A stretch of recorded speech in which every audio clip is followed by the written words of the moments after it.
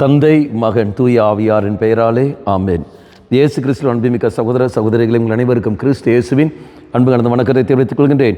இந்த நற்செய்தி பாகமானது மார்க் நற்செய்தி 2ஆம் அதிகாரம் 1 முதல் 12 வரை உள்ள திருவாக்கியங்கள். குறிப்பாக 8வது வாக்கியம். உடனே அவர்கள் தமக்குள் இவ்வாறு எண்ணுவதை இயேசு தம்முள் உணர்ந்து அவர்களை நோக்கி, உங்கள் உள்ளங்களில் இவ்வாறு எண்ணுவது ஏன்?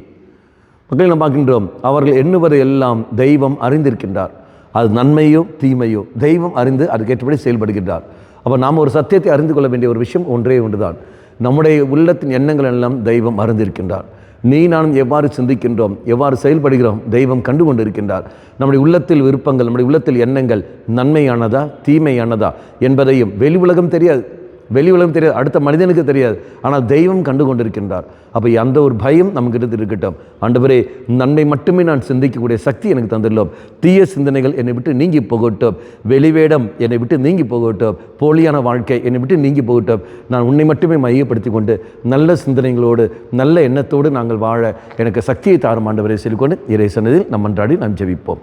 கண்களை மூடிக்கொள்ளுங்கள். ஆண்டவரே, என்னுடைய உள்ளத்தின் எண்ணங்கள் எல்லாம் ஆய்ந்து அறிகிற தெய்வம் நீ மட்டுமே. ஆகவே நன்மைகளை மட்டுமே நான் சிந்திக்கக்கூடிய சக்தி எனக்கு தந்தருளும். மாதாவே, எங்களுக்காக பரிந்து பேசும். தந்தை, மகன், தூய ஆவியாரின் பெயராலே ஆமென்.